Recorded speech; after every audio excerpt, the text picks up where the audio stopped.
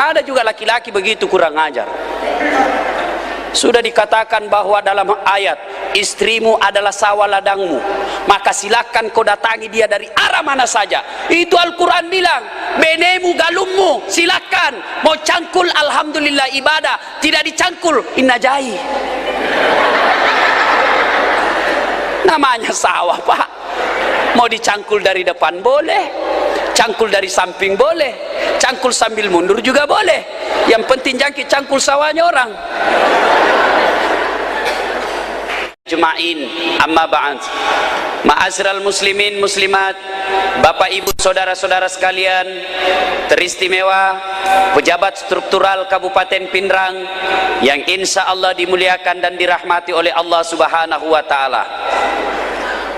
Kurang lebih 1430 tahun yang lalu terjadilah peristiwa yang sangat spektakuler, luar biasa, di mana kejadian ini hanya sekali terjadi sepanjang dunia. Apa gerangan peristiwa luar biasa tersebut? Tak lain adalah diperjalankan seorang manusia pilihan dari Masjidil Haram di Mekah ke Masjidil Aqsa di Palestina, lalu dilanjutkan ke Baitul Maqdis. Dari Baitul Maqdis naik ke langit pertama sampai langit ketujuh. Dari langit ketujuh menuju ke Sidratil Muntaha, dari Sidratil Muntaha menuju ke Sabaha, lalu berdialog dengan Allah. Setelah itu kembali ke muka bumi. Kenapa peristiwa ini luar biasa?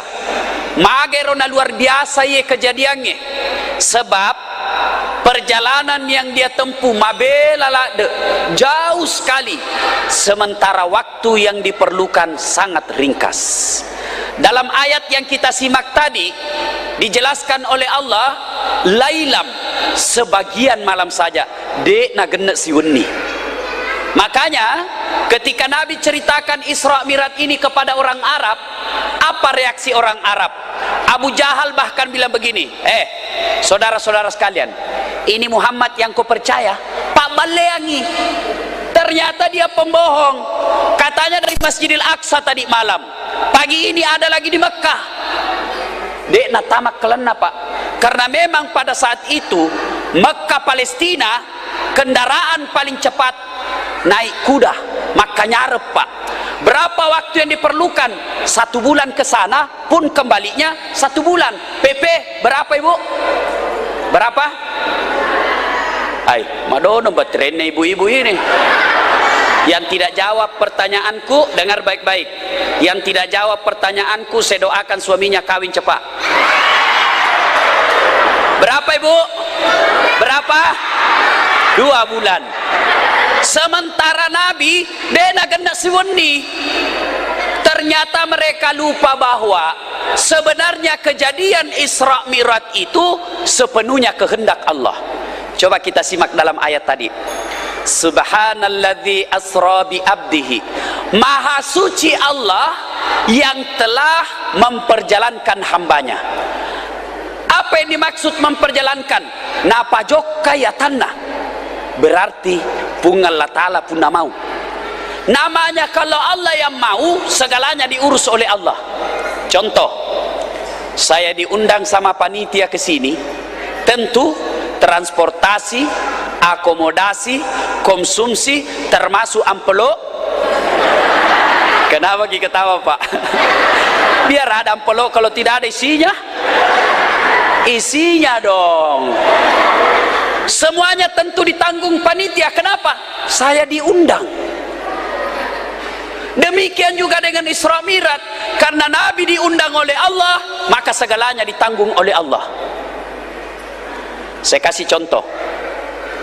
Beberapa hari yang lalu saya diundang Menteri Hukum dan HAM ceramah di kantor Kementerian Hukum dan HAM Jakarta. Saya berangkat pagi setelah sholat subuh. Jam 9 pagi saya sudah tiba di Jakarta. Bercerita sedikit dengan Pak Menteri. Selesai salat duhur ceramah, selesai salat asar kembali ke Makassar. Sebelum salat isya alhamdulillah sudah tiba di rumah. Ternyata tanpa sepengetahuan saya ada semut ikut di kantung. Tahu semut Pak? bahasa Inggrisnya bere-bere. Waktu ku gantung mi bajuku di rumah, keluar itu semut dari kantong. Lalu nak kumpul temannya sesamanya semut. Pidato ini semut di kantongku. Pidatonya begini: saudara-saudara sekalian bangsa semut, barusan saja saya pulang dari Jakarta. Nah bilang semut yang lain, jam berapa kau pergi Ces? Nah bilang tadi pagi. Nah bilang semut yang lain, malam ada aku lagi di Makassar. Nah bilang iya butina kau lihat mata. Nah bilang balik-balik kau. Pagi kau berangkat, malam ada aku lagi di Makassar. Tidak masuk di akal. Kau jalan saja, baru kau di terminal Dayak. Nah enjak aku panter. Nah bilang ini semut di kantongku, cocok itu yang kau bilang. Kalau saya jalan, ini bukan saya jalan, saya numpang di kantongnya Ustadz Dasat. Dia naik mobil ke bandara, bandara naik pesawat juga begitu. Betul saya tidak pernah tinggalkan kantongnya, betul saya sembunyi dalam kantongnya. Tapi betul kak juga datang ke Jakarta kalimpengang aku beli kak. Iya toh pak? Ya kau ye bere-bere melok joka tidak mungkin sampai Jakarta. Tapi dia numpang mujur di kantongnya Ustadz Dasat. Contoh sederhana, Pak, Riolo Romai tahun 70-80 tidak pernah dibayangkan orang di Pinrang di Langah bisa bicara dengan orang di Malaysia pakai telepon tidak ada kabel. Bahkan bisa baku lihat dengan apa? Fasilitas 3G. Riolo kuma telepon kipak pakai kabel iputara. Halo, Pinrang. Halo, pare-pare. Diputar pakai kabel. Sekarang Pak tidak perlu pakai kabel, orang bisa bicara. Teknologi. Suatu saat kejadian Isra Mi'raj bisa dibuktikan dengan teknologi. Nah, yang kedua perlu kita pahami. Magaro Nabi tak ni pajokka. Apa? Kenapa? Dalam Islam ada 2 tahun yang aneh namanya. 1 tahun gajah, tahun lahirnya Nabi. 2 tahun duka cita, tahun Isra'nya Nabi. Kenapa disebut tahun duka cita? Karena 2 orang yang dicintai Nabi, 2 orang yang paling mencintai Nabi meninggal pada waktu yang bersamaan. Siapa gerangan? Kakek beliau. Siapa namanya kakeknya Nabi, Bu? Siapa? Dek gagam miseng nih. Si kalinya ditanya, ibu siapa namanya itu artis diculik sama Pangeran Kelantang? Siapa ibu? Nesemana la cilaka. Manohara nak tahu, kakeknya Nabi dia tidak tahu. Coba. Abdul Muttalib. Selang beberapa saat mati lagi istri beliau, Khadijah radhiyallahu anhu. Istri paling dicintai Nabi. Ini Khadijah, Bu, diperistrikan oleh Nabi pada usia 40 tahun, 2 kali janda. Nabi waktu itu usianya 25 tahun. Kedua ni janda, Pak. Angkat topa anakna. Masya Allah. Kita biasa kalau mau sunnah Nabi, bukan janda kita cari, anak darah. Ada bapak-bapak yang suka sekali nih kawin-kawin ini. 2 istrinya ditanya, kenapa kawin lagi? Sunnah Rasul. Ampa. Pak, yang suka kawin lagi dengar baik-baik. Dari 11 istri Nabi itu, Pak, si demi perawan, yang lain janda-janda tua. Pernah suatu saat selesai perang, ada ibu-ibu datang, ya Rasulullah, meninggal suamiku di medan perang, siapa yang ngurus saya? Saya sebatang kara ya Rasul. Nabi katakan, tidak usah cemas, saya urus ki ibu, supaya tidak ada fitnah. Upu bene ki yolo. Berapa usianya ini ibu? 63 tahun. Jadi bapak-bapak yang mau contoh Nabi, silakan cari janda 63 tahun. Mau Pak? Mau? Saya saja ustaz tidak mau Kak. Apa ya 63 saking batok nama ini urus. Khadijah pun meninggal dunia, makanya Nabi berduka. Mesilah dek nyawana Nabi tak nasale benena, sehingga Nabi pernah bersabda, dengar baik-baik ibu. Nabi pernah bersabda ketika meninggal istrinya, barang siapa seorang wanita meninggal dunia lalu suaminya berduka terus mengenang kebaikannya, maka itu ciri-ciri wanita penghuni sorga. Jadi besok-besok kalau lebih dulu ki meninggal ibu, lebih dulu ki mati nalak kita, lalu suami tak berduka terus, Tuhan kenapa cepat sekali kau panggil istriku, meskipun dia gendut tapi ku sayang Tuhan, meskipun busuk mulutnya tapi ku suka Tuhan. Itu ciri-ciri ibu penghuni sorga. Tapi kalau sebaliknya, begitu ibu meninggal, suami masuk kamar teriak, "Merdeka!" Calon penghuni neraka itu ibu itu. Nah, ketika Nabi berduka, wetuna mesinya wana, datang SMS dari Allah kepada Jibril. Jibril, kau jemput kekasihku Muhammad, saya mau hibur dia. Masya Allah, diundang langsung oleh Allah. Saya saja pernah diundang Wapres ke istana wakil presiden, mewakili ulama Sulawesi, membahas tentang undang-undang anti pornografi. Waktu saya terima itu undangan, ku kasih lihat semua mahasiswaku di Unhas. Lihat keundanganku, wakil presiden. Pulang kampung, pitangnya mbokku, Pak, anak tak wakil presiden undang. Itu baru manusia yang undang. Gimana kalau diundang oleh Allah? Akhirnya Nabi terhibur. Jibril turun ditemani oleh dua malaikat, Mikail dan Israfil. Pada saat itu Nabi lagi baring di tempat tidurnya, ditemani oleh paman beliau Hamzah radhiyallahu anhu dan sahabat setia beliau Abu Bakar As-Siddiq. Turun malaikat Jibril dalam bentuk manusia, gagah, perkasa, tampan, datang menghadap kepada Nabi. Lapor, Muhammad, saya diperintah oleh Allah untuk menjemput Anda. Nabi katakan, untuk apa? Menghadap kepada Allah, memerintah, mendapat perintah istimewa. Lalu Nabi katakan, siap melaksanakan tugas, lanjutkan. Bukan pilpres, bukan ya. Lalu Nabi dibawa ke tepian sumur Samsam. Ipaliu inabita, dioperasi dadanya, dibelah, lalu diambil hatinya, dicuci dengan air Samsam. Setelah dicuci, distempel, namanya stempel kenabian. Jangan lagi bayangkan stempelnya ketua panitia, tidak seperti stempelnya Pak Insinyur Suwardi, tidak seperti ini. Ini stempel kenabian namanya. Selesai distempel, tak, tidak ada bekas. Mapamula ni pajokkan nabita. Dari Masjidil Haram di Mekah ke Masjidil Aqsa di Palestina. Makutana si tomacai. Ustadz, kenapa sih mesti ke Palestina? Kenapa tidak dari Mekah saja langsung naik ke langit? Kan bisa dari Mekah ke langit. Kenapa mesti ke Palestina lagi? Malampe si Jokana. Dijawab oleh Allah dalam ayat berikutnya, linuriyahu min ayatina, untuk memperlihatkan sebagian dari tanda-tanda kebesaran kami. Meloi napitang nabita, Allah mau memperlihatkan kepada Nabi beberapa pelajaran buat kita. Pelajaran apa saja? Satu, Nabi melihat ada orang tua, diperiksa hajinya bagus, periksa salatnya khusyuk, periksa zakatnya cukup, sedekah alhamdulillah baik, semua amalnya baik. Allah katakan, Jibril, pertama itu Pak Haji surga, kasih masuk dia surga. Jalanlah ini Pak Haji. Begitu tinggal beberapa langkah masuk dalam surga, tiba-tiba ada anak-anak berteriak dari dalam neraka, Tuhan, tunggu dulu, saya keberatan kalau itu Haji masuk neraka, masuk surga. Saya ini anaknya, kalau saya masuk neraka, kenapa dia masuk surga? Saya masuk neraka karena dia tidak didik saya dengan baik. Dia rajin sholat, tidak pernah saya diajar. Dia ngaji, tidak pernah saya diajar ngaji.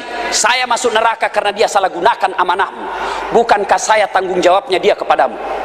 Ya Allah, saya keberatan kalau itu Haji masuk neraka, masuk surga. Akhirnya Allah katakan, Pak Haji tunggu dulu. Mau kemana Pak Haji buru-buru? Surga tanya ngi depan selesai surusamu. Tanya koyolo. Siapa itu teriaki ko? Wih, anakku puang. Maka dia pun Allah Ta'ala, berarti kau salah gunakan amanah yang saya kasih. Sini kok, temani anakmu masuk neraka. Akhirnya masuk neraka gara-gara apa? Tidak mendidik anaknya dengan baik. Demi Allah, kenapa negara kita terpuruk seperti ini? Kenapa negara kita dipermalukan seperti ini? Kenapa negara kita susah maju seperti negara-negara yang lain? Salah satu penyebabnya orang tua gagal mendidik anaknya. Coba lihat orang tua sekarang Pak, mereka lebih bangga kalau anaknya jadi kontraktor, mereka lebih bangga kalau anaknya jadi tentara yang sukses, mereka lebih bangga kalau anaknya jadi pejabat, jarang bangga kalau anaknya bisa jadi ustad. Apa Nabi bilang? Jam aku bergaul sama itu ustaz, apa jibara sanji jena tahu, tidak bisa beli mobil. Oh, jangki begitu Bu. Kalau ada orang mati di rumah tak, siapa? Kalau ada orang mati di rumah tak, siapa disuruh takziah? Siapa? Pak Camat. Pucai. Masya Allah. Anaknya hobi mengaji, batena nareking. Saya di Makassar ada TKTP aku Pak, 3.500 iurannya siulang, masih ada yang tuduh korupsi. Padahal saya ajar ngaji, saya ajar doa-doa pendek, saya ajar surah-surah pendek, saya ajar pidato, 3.500 masih marah-marah. Ada yang menunggak 4 bulan, begitu ditagi marah-marah. Masya Allah. Makanya jangan heran anak tak tinggi sekolahnya, tinggi kurang ajarannya. Begitu dinasihati apa nak bilang, apa tong kita tahu Pak, tamatang SD jaki, sarjana. Kenapa banyak orang tua dipermalukan sama anaknya? Karena orang tua salah mendidik anaknya. Nah, hikmah Isra Mi'raj pertama, didik anak dengan baik. Ajar anak ke masjid. Mau masuk Ramadan, belikan pakaian solat yang baru. Mau ke masjid, belikan songkok yang baik. Kasih hadiah kalau dia bisa hafal surah-surah pendek, supaya dia merasa dihargai. Maka situ tu kau pensiun ni, pakai SMS anak tak, Kak, jangki dulu ambil bapak bulan ini. Bulan ini saya mau urus sama istriku, bulan depan pi kita. Begitu bapaknya sakaratil maut, kumpul semua anaknya baca Yasin di sampingnya.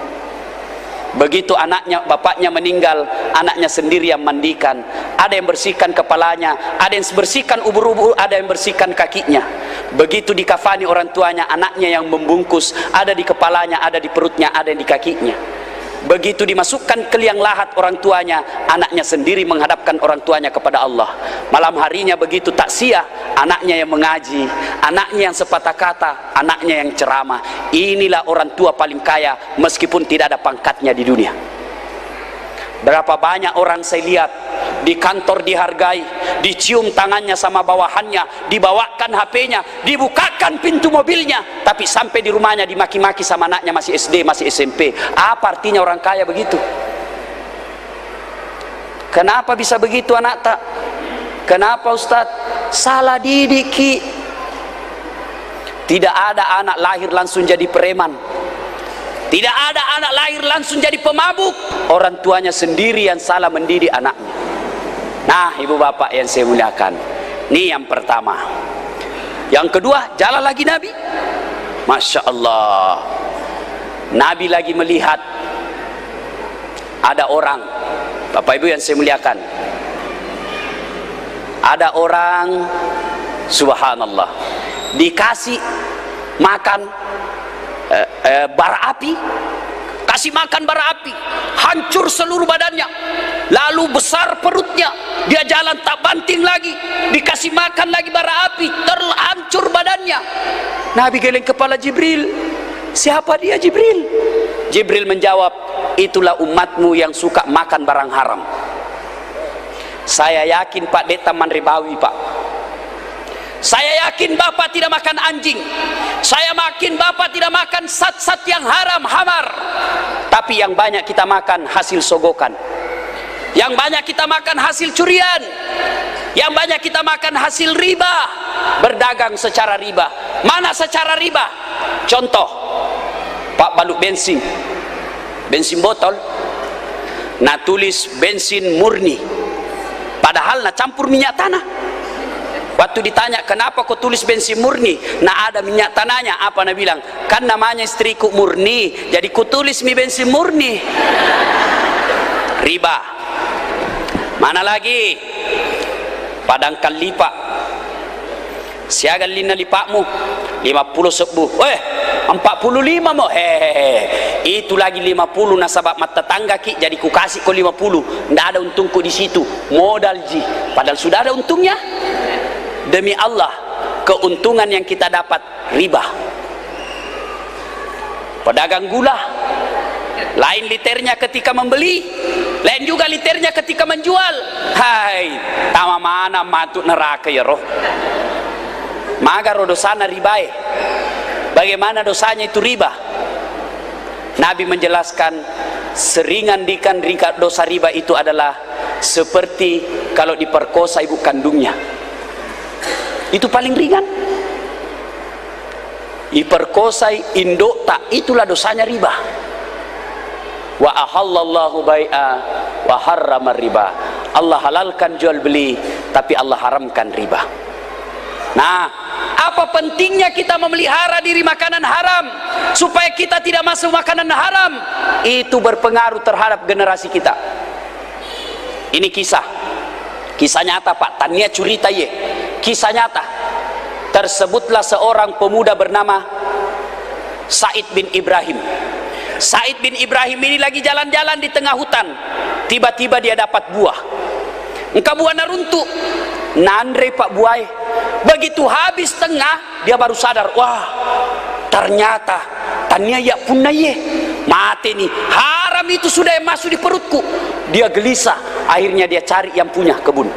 Assalamualaikum Pak Haji. Waalaikumsalam. Maka kok anak muda, begini, kemarin saya lewat di kebun tak, saya dapat buah, saya makan kodong setengah, sudah masuk di perutku, setengahnya lagi kusisa ini, minta tolong kak kodong halalkan yang sudah saya makan, sisanya ambil maki kembali. Nah bilang ini orang tua, enakmu, kau sudah makan punya aku setengah, sisamu kau kasih kak. Begini, saya halalkan yang kau sudah makan dengan catatan pubene anakku, peristrikan anak gadisku. Langsung ini anak muda, alhamdulillah. Dan lemak galendrong. Nah bilangin orang tua, tunggu dulu Ces, jangan kau terlalu cepat senang. Ini anakku buta, bisu, tuli, lumpuh. Buta, bisu, tuli, lumpuh. Langsung mati coli. Nah bilang, iya apa enaknya? Dek sisa gak kesina tuh anak. Maka dia tomatowai, terserah mau kau saya halalkan pubene anakku, kodek melo harangnya tuh. Akhirnya dia ingat sabda Nabi, barang siapa yang memasukkan barang haram ke dalam perutnya, maka hanya api neraka yang bisa mencucinya. Akhirnya dia bilang ini anak muda, oke, taruh nih pubene nak tak. Panggil dua orang saksi, ada ijab kabul, kemudian ada mahar, nikah. Selesai nikah, mertuanya bilang, nak silakan kau datangi istrimu di kamar. Masuklah ini anak muda, dia ketuk pintunya kamarnya. Assalamualaikum warahmatullahi wabarakatuh. Selang beberapa saat keluar jawaban dari dalam kamar, waalaikumsalam warahmatullahi wabarakatuh. Wih, tak selengnya kalau berarti dia tidak bisu. Nah jawab salamku, berarti dia tidak tuli karena dia dengar salam saya. Penasaran ini anak muda, nah buka pintunya. Begitu dia buka pintu, datang istrinya, dia pegang tangannya suaminya lalu dicium, tambah helal. Berarti dia nak buta, Pak Nai telimaku. Berarti dia tidak lumpuh karena dia bisa berjalan menuju saya. Penasaran ini anak muda Pak, nah buka cadarnya istrinya. Wih, tahu gagahnya, cantiknya ini tahu. Dia tidak perlu istrinya, dia nak pakai benena, lari menghadap mertuanya. Apa dia bilang? Pak, balik-balik. Kenapa bapak katakan anaknya buta? Padahal dia melihat. Kata orang tua ini, anakku saya katakan buta bukan karena tidak bisa melihat, tetapi matanya tidak pernah melihat barang-barang haram, matanya tidak pernah melihat sesuatu yang tidak hak. Oh begitu? Iya. Lalu kenapa bapak anak katakan anaknya bisu? Anakku saya katakan bisu bukan karena tidak bisa bicara, tetapi mulutnya tidak pernah mengucapkan sesuatu yang tidak ada gunanya. Tidak seperti ibu-ibu. Kenapa kita ketawa? Betul toh? Mau semua urus-urusan orang. Aagim kawin lagi dia sesibuk. Nabi mangurala de rostase mak botisi. Kenapa kalau botingi? Kena jangan ketawa serius kayak ini. Kenapa kalau boting lagi tuh Ustaz? Nah susah iki. Sepupuk istri pertamanya. Nah bilang bale-bale itu kalau sunnah Rasul. Kenapa pala istri keduanya lebih cantik dari istri pertama? Bodoh itu kalau lebih jelek lagi istri keduanya.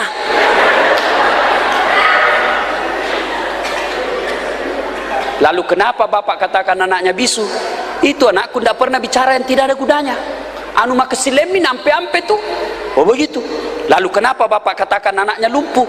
Anakku saya katakan lumpuh bukan karena tidak bisa jalan, bukan karena tidak bisa melangkah, tapi kakinya tidak pernah melangkah ke tempat maksiat. Tidak seperti laki-laki sebagian sekarang, setengah mati cari uang, begitu dapat uang pergi panti pijat. Lah cilaka. Setengah mati sapak duit, runtuh duit, mali tiket taman neraka. Adakah yang lebih bodoh dari ini? Nah bilang kan kita pijit-pijit Ustaz tidak bernafsuki, bale-bale kok. Pahamu dipijit lainnya mengeras. Tanah beneta tak suruh pijit kyoko tu, makele di je Ustaz taro toni makele. Kapura toni tak pakai mana atun nama lolo. Ada juga laki-laki begitu kurang ajar.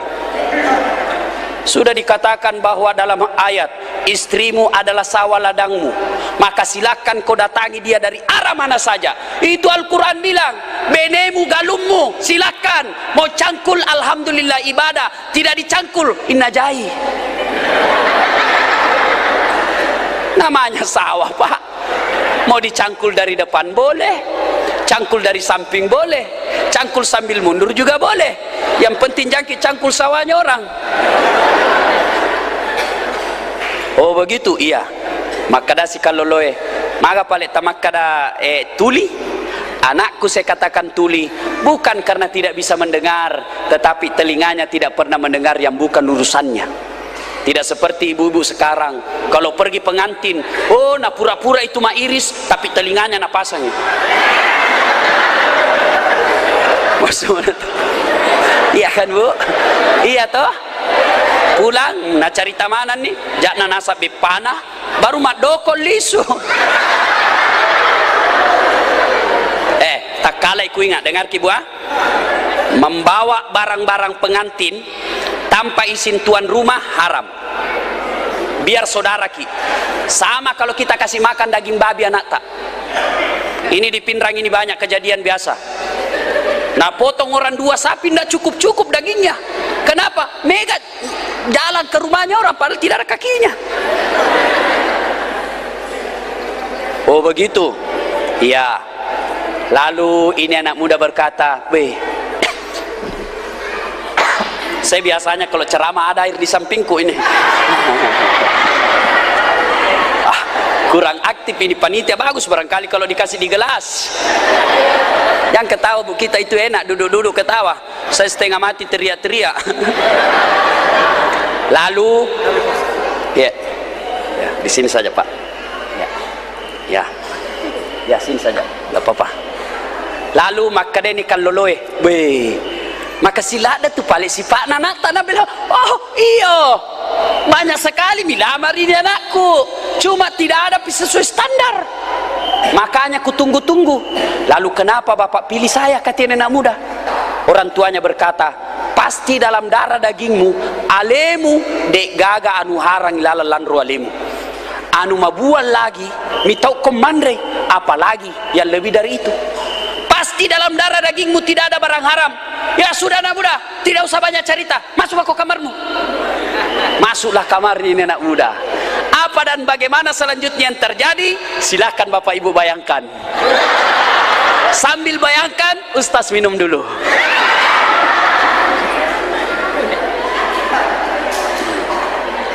Nah, setelah 1 tahun berlalu, lahirlah anaknya Said bin Ibrahim. Siapa nama anaknya? Dikasih nama Abu Hanifah. Bapak ibu pasti tahu siapa Abu Hanifah. Abu Hanifah itu salah satu imam mazhab yang sampai detik ini dipakai ilmunya dari seluruh umat manusia yang ada di jagat raya. Kenapa bisa jadi seperti manusia Abu Hanifah? Karena orang tuanya tidak pernah kasih makan barang haram anaknya. Makanya ibu, halo ibu, halo, makutun na mate, halo ibu, halo, salah sambung, bu, istri yang baik, datang suami bawa amplop, jangan langsung senyum, tapi ucapkan dulu, alhamdulillah, Pak, dari mana ini? biasanya cuma 2 juta. Kenapa 2,5 juta? Dari mana 500? Halal moga. Kalau halal, alhamdulillah masukin rumah. Kalau haram, ya ko idik melok mapanga, idik tona, ajak tapandre ka anu haram.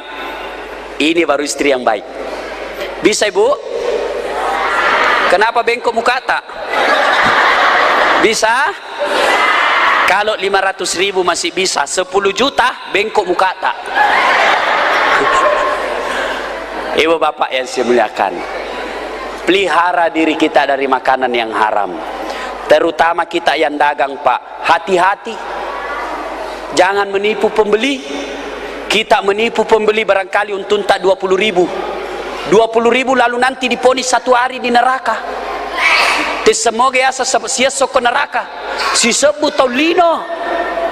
Tidak seimbang 20.000 dengan asap neraka.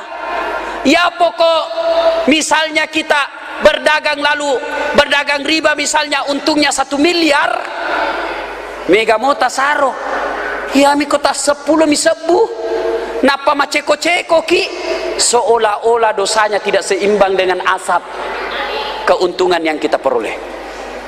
Nah, sebenarnya banyak dilihat Nabi, tapi kita ringkas cerita. Sampailah Nabi di Baitul Maqdis, di Masjidil Aqsa. Dari Masjidil Aqsa Nabi naik ke langit pertama. Dari langit pertama Nabi ketemu dengan Nabi Adam alaihi salam, manusia pertama diciptakan oleh Allah. Kemudian naik langit kedua, ketemu dengan Nabi Yahya dan Nabi Isa alaihi salam. Nabi Isa ini pandai menghidupkan orang mati, tentu dengan izin Allah.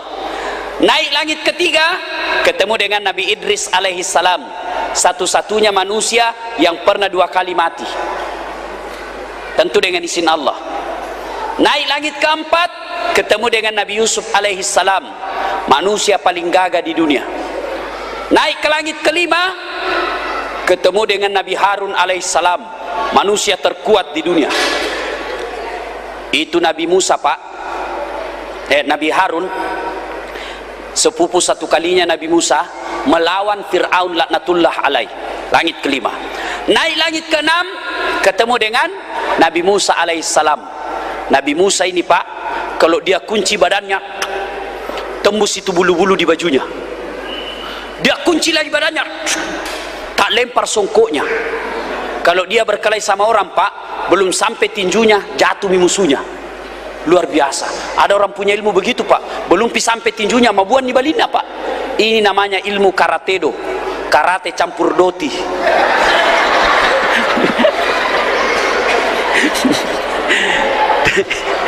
Dari langit ke-6 naik ke langit ke-7, ketemu dengan Ibrahim alaihissalam, manusia yang pernah dibakar dalam api justru dingin dengan api tersebut. Dari langit ke-7 Nabi menuju ke Sidratil Muntaha. Di Sidratil Muntaha Nabi melihat ada orang duduk di sampingnya arasnya Allah. Apa itu aras? Singgasananya Allah. Onrat tudana pungala ta'ala. Di samping aras Allah tersebut ada manusia bercahaya badannya mengeluarkan bau harum. Macahaya lan rogalena dan keluar bau harum. Nabi giling kepala, "Wih, hebat naruh. Ya Jibril, siapa dia? Apa dia arwah para nabi? Bukan. Arwah para rasul? Bukan. Orang mati syahid? Bukan. Siapa dia Jibril?" Jibril menjawab, "Itulah umatmu yang rajin sholat berjamaah." Ini mana nih pak? Alhamdulillah. Apa tidak suatu kebanggaan pak, ketika di padang mahsyar orang bingung dengan dosanya, ketika di padang mahsyar semua sudah berubah mukanya berdasarkan kebaikan-kebaikannya, ketika di padang mahsyar semua orang gelisah dengan dosa dan kesalahan-kesalahannya, justru dia duduk di sampingnya arasnya Allah. Siapa dia? Orang yang rajin berjamaah di masjid. Masya Allah. Saya saja di Makassar pak, kemana-mana pak wali kota, kalau ada acara agama Ustadz Dasat di sampingnya, naik DD 1A mobil wali kota, duduk di sampingnya. Kalau kumpul mi semua orang pak, kusengaja buka kaca mobil, dalam hatiku lihat kahe sampingna wali kota ces, sudah bangga Duduk di samping pejabat sudah bangga, gimana duduk di sampingnya arasnya Allah. Dan itu tidak perlu dibayar mahal. Bapak rajin ke masjid, insya Allah kelak duduk di sampingnya arasnya Allah. Makanya saya meluruskan otaknya orang Islam yang selama ini salah.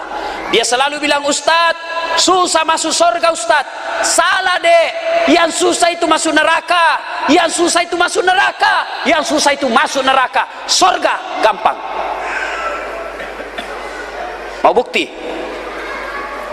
Berzina bayar, pergi panti pijat bayar, mabuk-mabuk bayar, narkoba bayar, judi bayar, maksiat bayar, semua masuk neraka. Sembayang gratis, puasa gratis, berjamaah gratis, pengajian gratis, tahlil gratis, dengar ceramah gratis, naik haji kalau mampu.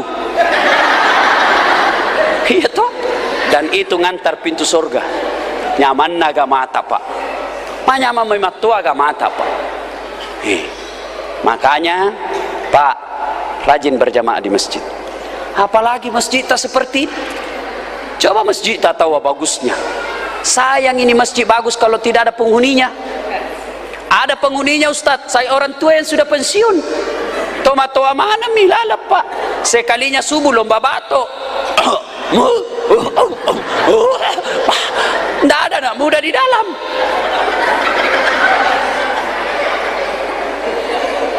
Coba maga je rona makutulo selengi loma berjama pak. Maga kira-kira salah satu penyebabnya manajemen masjid tidak bagus.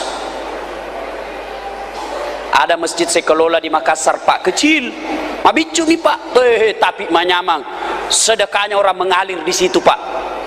Kenapa? Kecil tapi ber AC. Setiap 2 menit ada pengharum ruangan keluar. Untuk apa? Menghilangkan bau kalepak. Karpetnya pak selalu baru. Muadzinnya yang tukang asan digaji 750.000 per bulan hanya untuk asan 5 kali sehari semalam. Anak muda yang bagus suaranya, speakernya bagus, penceramanya profesional, imamnya penghafal Quran, sehingga biar jauh orang pak datang ke situ. Kenapa? Dan sedekah mengalir, dia merasa dia nikmati celengannya.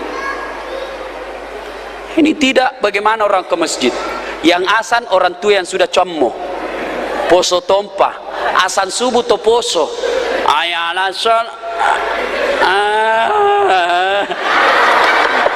wasa capu di ternyata kamu pasambungan poso pak, mapel latoni. Coba begitu sujud karpetnya tai cicak di dapak, speakernya begitu sudah takbir Allahu Akbar tapas storing nih mele pada cengi purani mata kabir dapat lagi penceramah pak, mulai salam pertama sampai terakhir neraka teruk na curita, dibakar, dipotong kakinya, dipotong lehernya, tusuk pantatnya, keluar di mulutnya. Nggak bilang anak muda zaman kopi mesti bikin takut-takut. Bapak tahu-tahu. Dapat lagi imam, nabalik si sunnah Nabi. Apa angkat aja itu imam bicak-bicak biasa. Ya aku mencaji imam pak lampek na bacana. Padahal makanya Nabi tak kalau kau jadi imam ringkaskan bacaan solat. Si kalina mencaji imam pak napa mata kabir tameman nih pak. Ke situ.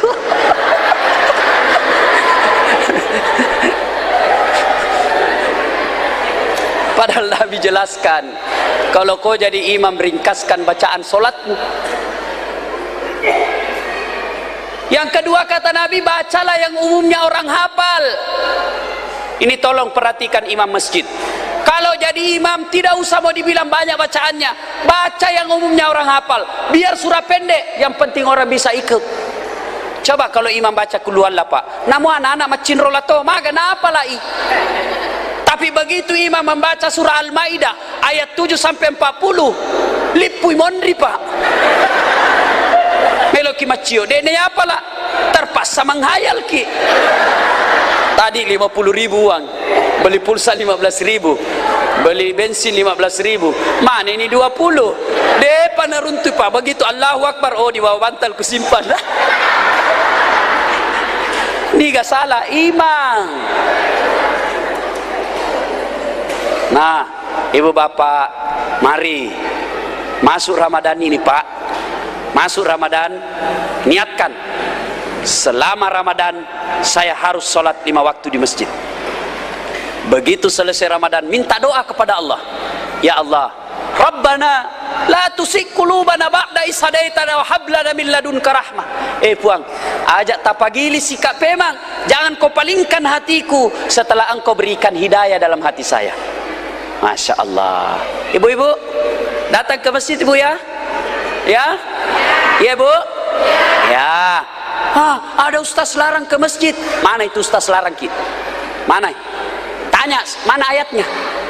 Tidak ada itu fatwa ulama, tidak ada ayat, tidak ada hadis yang melarang wanita ke masjid. Paling keras Nabi cuma katakan, wanita tidak dianjurkan ke masjid, tapi kalau dia ke masjid ajak muat teangi. Itu Nabi bilang begitu. Kenapa wanita tidak dianjurkan ke masjid? Untuk menghindari fitnah pada saat itu, untuk menghindari penculikan. Karena saat itu kalau ada keluar perempuan diculik dan diperkosa. Sekarang sini Pindrang aman, apalagi kalau usianya ibu sudah 55 tahun, pakai gigi palsu, muka sudah keriput, bau minyak gosok, ke masjid insya Allah tidak ada laki-laki mau sama kita. Kalau masih ada laki-laki bu, kalau masih ada mau bu, itu laki-laki samberlap, sambaran jina lappo. Ayo pak, ajak anak tak ke masjid. Bagaimana anak tak mau ke masjid kalau bapaknya tidak ke masjid? Ayo ajak anak-anak kita ke masjid. Insya Allah siapa yang menghidupkan masjid, Allah bukakan pintu keutamaan dunia baginya. Nah, lalu lanjut perjalanan, sampailah Nabi di Sabaha. Lalu pada saat Nabi sampai di Sabaha, saya minum dulu lagi ya.